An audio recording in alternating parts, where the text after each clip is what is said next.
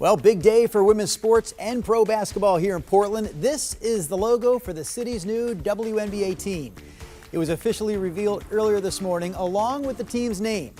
Just like it was 20 plus years ago, the last time we had a WNBA team here, it is the Portland Fire.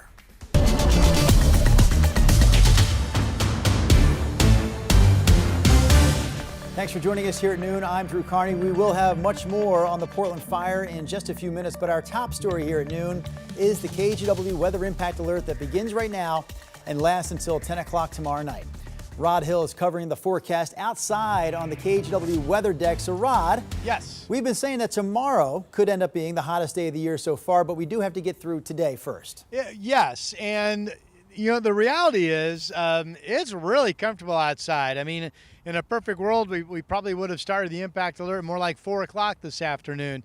My way of saying no issues with the heat yet, but we still believe it is coming. And by the time we get into the late afternoon today, things will be building temperature-wise. As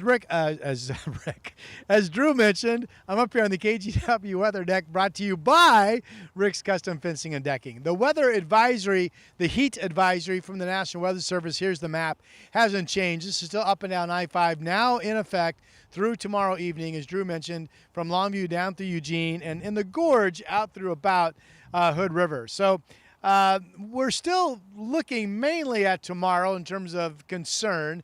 Today, 92, maybe 93 or 94 will be a late afternoon surge.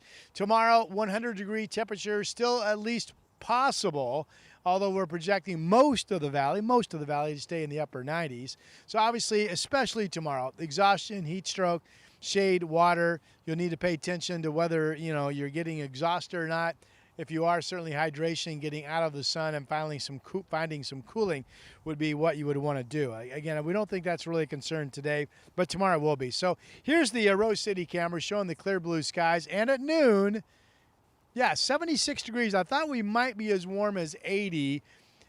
We absolutely, if we're going to be up to 93 or 94, will be 80 or better coming up at 1 o'clock. But for right now, obviously 76 is still really comfortable. Here are the other temperatures. Let's check them out. It's actually cooler down in Salem, 94, but interesting that it's warmer up in the Kelso Longview area at 79, and it is 82 degrees out in the Dalles, 71 in Astoria, where they are reporting some sunshine. So I thought about lowering this temperature. I think we're still going to at least hit 90, 91 today. Maybe we get a late surge and we go as hot as 94, but really not concerning, I think, is a fair statement on this Tuesday. Drew, upper 90s, maybe 100 tomorrow, as I mentioned, and we'll get more into that and show you the regional temperatures coming up, how long the heat will last once it really moves in. That's coming up in my complete forecast. For now, live on the weather deck, let's go back inside. Well, we'll continue to cover the heat as well here with our news headlines, Rod. Clackamas County has 20 cooling centers open today to help people deal with the heat. In fact, they were set to open here at noon in spots throughout the county, from Wilsonville to Milwaukee, all the way to Welch's. Many of these daytime cooling centers are set up in public libraries and community centers. Overnight shelters are also available in Clackamas County if needed. So if you do need a place to stay cool overnight, you can reach out to the county directly. Washington County also using public libraries as cooling stations, and splash pads are fired up to help people cool down. There are no official cooling centers in Multnomah County, but many libraries and community centers are also open there if you need a place to cool off. Hot weather comes with reminders about how to keep yourself cool and also about making sure that you check in on other people too. Officials in Clackamas County provided these suggestions and reminders, including stay hydrated and avoid alcohol or sugary drinks. The Oregon Department of Human Services reminds us to check in on family members, neighbors, and people living alone, especially if they're older or more vulnerable. Never leave a child or a pet inside your car, and try to limit your physical activity even if you're an athlete. Sweating heavily, feeling weak or dizzy, or feeling nauseous, those are all signs of heat exhaustion. So if you're feeling any of those symptoms, move to a cool place and drink some water. Heat stroke, it's even more severe. Those signs include confusion, loss of consciousness, and a high body temperature. Heat stroke requires immediate medical attention. We know a lot of people will turn to local lakes and rivers to beat the heat, and that brings these reminders from first responders. Most of this is common sense, but it's all worth repeating. Everything from wearing a life jacket to going into the water feet first. Don't dive. And you should also avoid swimming alone. Always keep a close eye on kids and stay sober. That goes for swimmers and boaters. All right, new here at noon. Governor Kotek has invoked the Conflagration Act for the Cram Fire. That's the one burning in Central Oregon near Madras.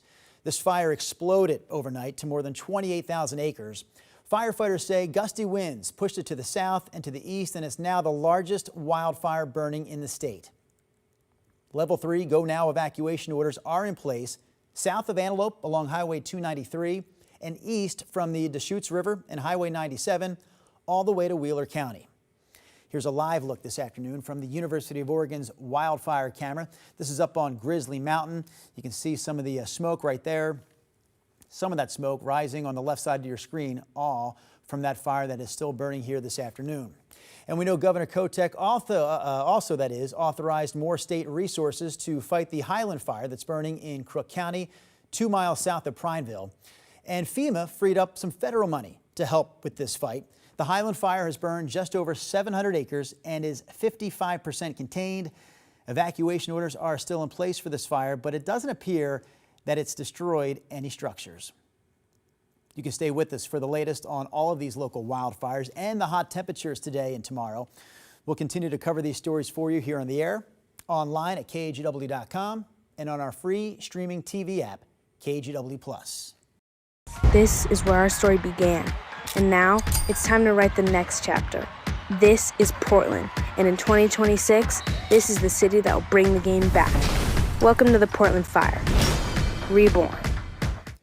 Back to one of our other top local stories this afternoon. Portland's new WNBA team is going with the same team name given to the city's previous team. It is the Portland Fire. The name, the new logos and colors, all of it became official this morning.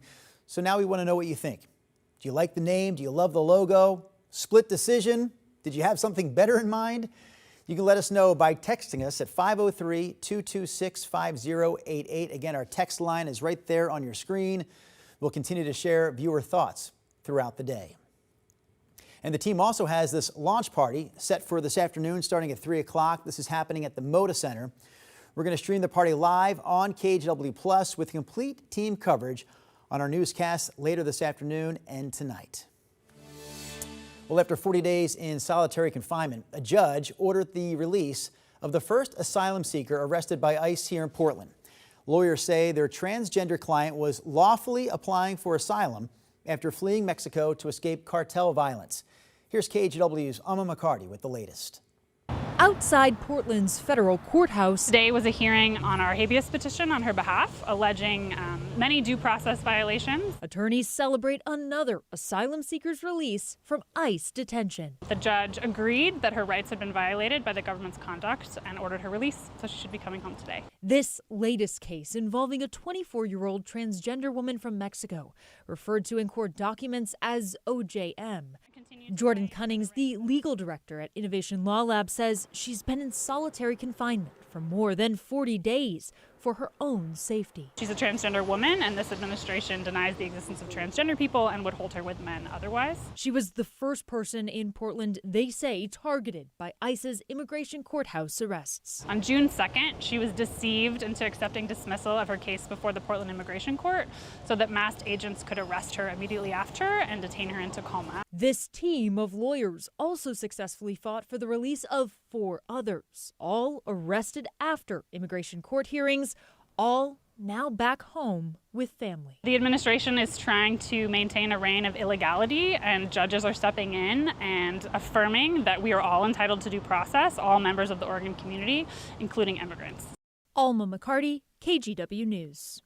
One more note, that is to Alma's report there. The Innovation Law Lab will appeal the dismissal of the original removal proceedings to the Board of Immigration Appeals, all in hopes that the transgender woman at the center of this case can continue to seek asylum.